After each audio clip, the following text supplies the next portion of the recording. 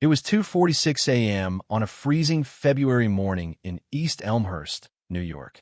The silence of the suburbs was not broken by a police siren, but by the deafening roar of Molotov cocktails shattering through the living room window. Inside, a man grabbed his pregnant wife and 4 terrified daughters, shielding them from the inferno that was once their sanctuary. Standing amidst the smoke and broken glass, he didn't look like a firebrand revolutionary or a feared radical. He looked like a father who had finally realized the heartbreaking truth. The attackers weren't the Ku Klux Klan. They weren't the police. They were the very men he had once called brother. For years, Malcolm X had been the fiery sword of the Nation of Islam, preaching against the white devils. But as he stood in the ashes of his home on that Valentine's Day in 1965, he knew his true enemy was no longer across the racial divide. The order for his death hadn't come from the government. It had come from the shadows of the movement he helped build. When the person who taught you how to pray becomes the one praying for your death, where do you run? This is not just a story of an assassination. It is the tragedy of a son betrayed by a father. To understand the betrayal, you first have to understand the desperation. Before the world knew him as the sharp-suited, unyielding icon of black pride, he was just a boy named Malcolm Little, born into a world that seemed determined to erase him. His story didn't begin with power. It began with fear. Born in Omaha, Nebraska, in 1925, Malcolm's earliest memories were painted in the colors of violence. His father, Earl Little, was an outspoken preacher, a man who refused to bow his head. That courage carried a heavy price. The Ku Klux Klan and other white supremacist groups didn't just threaten the Little family. They hunted them. When Malcolm was just a child, their home was burned to the ground. He watched the flames eat away at the walls, a terrifying preview of the fire that would bookend his life decades later.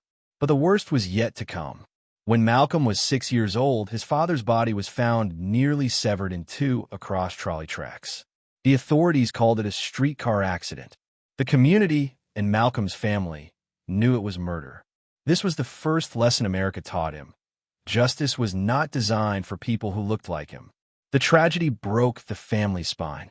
His mother, Louise, struggled to keep her 8 children fed during the crushing weight of the Great Depression, but the system was relentless. Slowly, piece by piece, welfare caseworkers dismantled her dignity until she suffered a complete mental breakdown. She was committed to an institution, and the children were scattered like seeds in the wind into foster homes. By the time he was a teenager, Malcolm Little was effectively alone. The boy who once dreamed of being a lawyer was told by a teacher to be realistic and aim for carpentry instead. That was the moment Malcolm Little began to die, and a new persona began to take shape. He fled to Boston, and then to Harlem, New York. He shed his past like an old skin. In the neon-lit streets of the 1940s, he became Detroit Red. If you saw him then, you wouldn't recognize the disciplined leader of the Nation of Islam. You would see a hustler in a zoot suit, hair straightened with burning lye, navigating the underworld of gambling, drugs, and theft. He lived fast, fueled by a reckless desire to numb the pain of a broken childhood. He was charming, dangerous, and completely lost. He was running from himself, but the law moves faster than a man on the run. In 1946, the party ended. At just 20 years old, he was arrested for burglary and sentenced to 10 years in prison. Charlestown State Prison was a tomb. For a young man used to the chaotic rhythm of the streets, the silence of the cell was maddening. He was angry, bitter, and godless, earning him the nickname Satan from fellow inmates. He paced his cell like a caged animal, his mind a whirlwind of wasted potential. But it was in this rock-bottom darkness that a lifeline was thrown to him, not from a lawyer, but from his own family. His siblings wrote to him about a man who was teaching a new kind of truth, something that wasn't just religion, but a revelation for the black man in America. They told him about Elijah Muhammad, the leader of a small, mysterious organization called the Nation of Islam. At first, Malcolm was skeptical. He had seen too many preachers and hustlers to trust anyone. But Elijah Muhammad was different. He wasn't preaching about turning the other cheek or waiting for a reward in heaven. He was preaching about dignity right here on earth. He taught that God was black, that the white man was a devil created to torment them, and that the only way to salvation was to reclaim their own history and discipline. For a man who had been stripped of his father, his mother, and his pride, these words were like water in a desert. Malcolm began to write to Elijah Muhammad. To his shock, the leader wrote back. The correspondence changed everything. In Elijah Muhammad, Malcolm didn't just find a religious leader. He found a father figure that had been stolen from him at age 6. Elijah's letters were gentle, guiding, and firm. He gave Malcolm a reason to wake up in the morning. Malcolm stopped using drugs. He stopped eating pork. He began to read voraciously, devouring every book in the prison library, copying the dictionary page by page just to learn the words he needed to express the fire burning inside him. He was no longer Detroit Red. He was no longer the scared boy from Omaha. He rejected the surname Little, which he saw as a slave brand imposed by white masters upon his ancestors. In its place, he adopted the letter X, a symbol of the unknown, the African name that had been lost to history. When Malcolm X walked out of prison in 1952, he was a man reborn. He was sharp, articulate, and possessed a fanatical loyalty to the man who had saved his life. He wasn't just a member of the Nation of Islam. He was its greatest creation. He was ready to serve, ready to fight, and ready to die for Elijah Muhammad. He believed, with every fiber of his being, that this man held the keys to the universe. He had no idea that the man he worshipped would one day become the architect of his demise. The bond was forged in steel, but even steel can shatter if you strike it hard enough. By the late 1950s, Malcolm X was no longer just a man. He was a phenomenon. He was the thunder that preceded the storm. While Elijah Muhammad remained the spiritual head of the Nation of Islam, a frail, soft-spoken figure often plagued by asthma, Malcolm became its face, its muscle, and its roaring voice. The partnership seemed perfect. Elijah Muhammad provided the doctrine, and Malcolm X provided the delivery. And what a delivery it was. Standing at 6'3", with reddish hair and horn-rimmed glasses, Malcolm commanded every room he entered. He didn't beg for civil rights. He demanded human rights. He didn't ask for integration. He preached separation. On street corners in Harlem and in debate halls at Oxford, his words cut through the air like a razor. "We didn't land on Plymouth Rock," he famously declared. "Plymouth Rock landed on us." The results were staggering. Under Malcolm's tireless leadership, the Nation of Islam exploded from a tiny, obscure sect of 400 people into a militant empire of 40,000 members. He established the newspaper Muhammad Speaks, which was sold on street corners across America. He was on television, on the radio, terrified white America and mesmerizing black America. He was the most televised black man in the United States, often overshadowing the very man he served. But in the shadow of this massive success, poison began to brew. Inside the hierarchy of the Nation of Islam, jealousy is a quiet killer. Other ministers, including members of Elijah's own family, began to whisper. They looked at the newspaper headlines and saw only Malcolm X. They saw the crowds cheering for Malcolm, not Elijah. They whispered to the messenger that Malcolm was becoming too big, that he was taking credit for the movement, that he was building his own kingdom. "He thinks he is the leader now," they would say. For a long time, Malcolm X was blind to the knives being sharpened behind his back. His loyalty to Elijah Muhammad was absolute. He credited every thought, every success, every breath to the honorable Elijah Muhammad. He deflected praise like a shield, always pointing back to his teacher. But the tension was growing. Elijah Muhammad began to view his son with suspicion. The father figure who once saved him now feared being eclipsed by his creation. Then came November 22nd, 1963. The assassination of President John F. Kennedy stopped the world. America was in mourning. Elijah Muhammad issued a strict order to all his ministers: stay silent. Do not comment on the president's death. It was a time to lay low, but Malcolm X could not stay silent. It wasn't in his nature. On December 1st, during a press conference in New York, a reporter asked him about the assassination. Malcolm didn't offer condolences. Instead, he called it a case of the chickens coming home to roost. He meant that the violence America had inflicted on the world and on its own black citizens had finally circled back to strike the head of state. He added that being an old farm boy himself, chickens coming home to roost never did make me sad. They've always made me glad. The reaction was instant and catastrophic. The American public was horrified. The headlines were brutal. But for the enemies of Malcolm X within the Nation of Islam, this was the gift they had been waiting for. Elijah Muhammad summoned Malcolm to Chicago. The meeting was cold. The fatherly warmth was gone. Elijah told him that his words had put the entire movement in danger. As punishment, Malcolm X was silenced. He was suspended for 90 days. He was forbidden from speaking to the press or teaching in his own mosque. Malcolm accepted the punishment with the humility of a soldier. He believed it was just a disciplinary measure, a father correcting a wayward son. He didn't realize that the 90 days were not a timeout. They were an eviction notice. The silence was deafening. Stripped of his platform, locked out of his mosque, Malcolm X sat at home, isolated. And in that silence, he began to hear the whispers he had ignored for so long. He began to see the things he had refused to see. The suspension wasn't about Kennedy. It was about removing him. The betrayal had begun, and the pedestal he had built for Elijah Muhammad was about to crumble into dust. The 90-day silence gave Malcolm X time to think, and what he discovered broke his heart before it took his life. For months, rumors had swirled around Elijah Muhammad.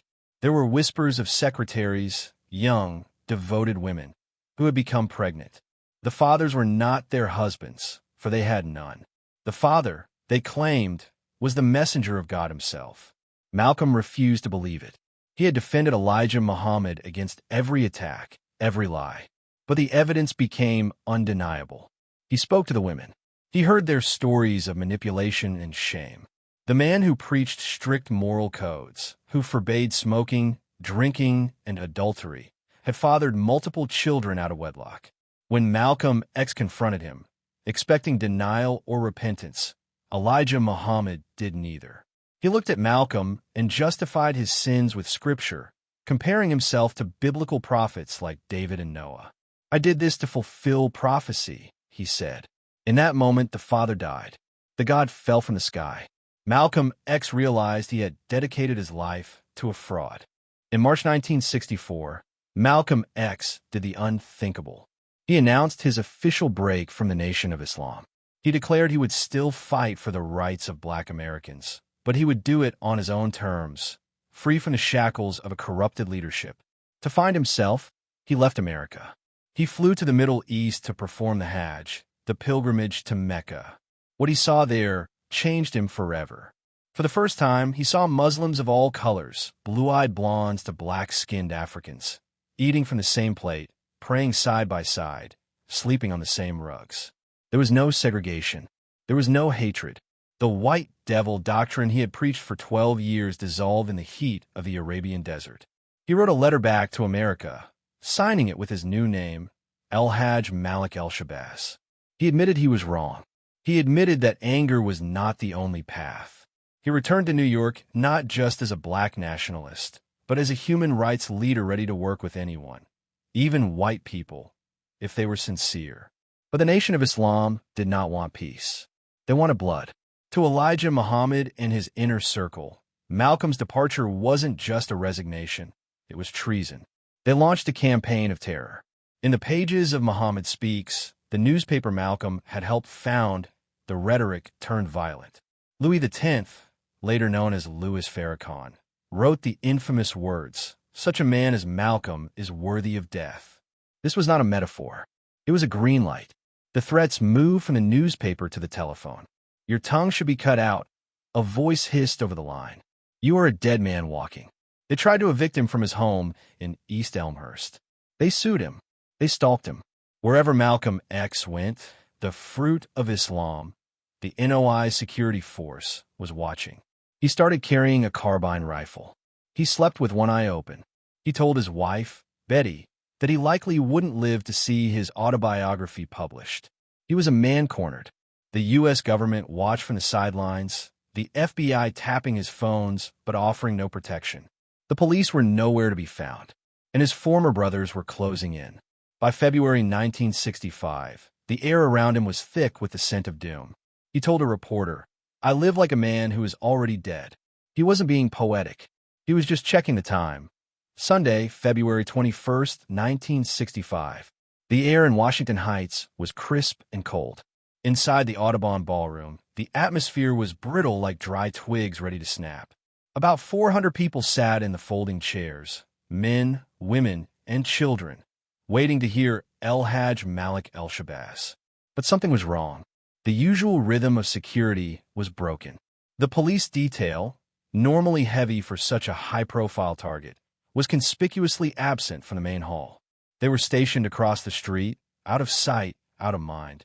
Inside, the security team of Malcolm X was unarmed, a strict policy he had adopted in his new phase of peace. He had stripped away his defenses just as his enemies were loading their weapons. Backstage, Malcolm X was agitated. He snapped at his aides, a rarity for a man of such composed discipline. He told them he wanted his wife, Betty, and his children to be present in the front row. He wanted them to see him, to know that despite the terror living in their phone lines, he was still standing. It was a decision that would haunt the history books. At shortly after 3 p.m., he walked onto the stage. The applause was warm, but the tension was electric. He approached the wooden podium, looking out at the sea of faces. He didn't look like a general inspecting troops. He looked like a man saying goodbye. "Assalamu alaikum," he greeted the crowd. "Peace be unto you." "Wa alaikum salam," the audience replied. Those were the last words he would ever hear. In the 8th row, a scuffle broke out. "Get your hand out of my pocket," a man shouted. It was a crude distraction, a magician's trick to pull all eyes away from the front. The bodyguards moved toward the noise, leaving the stage exposed. In that split second of confusion, 3 men in the front row stood up. They didn't hesitate. They didn't scream. They just moved with the cold precision of an execution squad. One man pulled a sawed-off shotgun from under his coat. 2 others drew semi-automatic handguns. Malcolm X didn't run. He didn't duck behind the podium.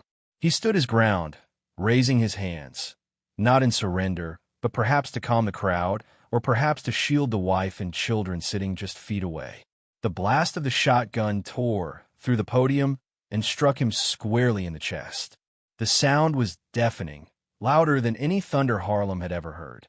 As he fell backward, the other 2 gunmen rushed the stage, firing round after round into his prone body. 21 gunshot wounds. It wasn't just an assassination. It was an overkill designed to send a message to anyone who dared to defy the Nation of Islam. Pandemonium erupted. Chairs were overturned. Women screamed. Betty Shabazz fell to her knees, covering her children with her own body as smoke filled the room. "They're killing my husband," she cried, a wail that pierced through the chaos. The gunmen tried to flee. One, Talmadge Hayer, was caught by the enraged crowd and beaten nearly to death before the police finally arrived.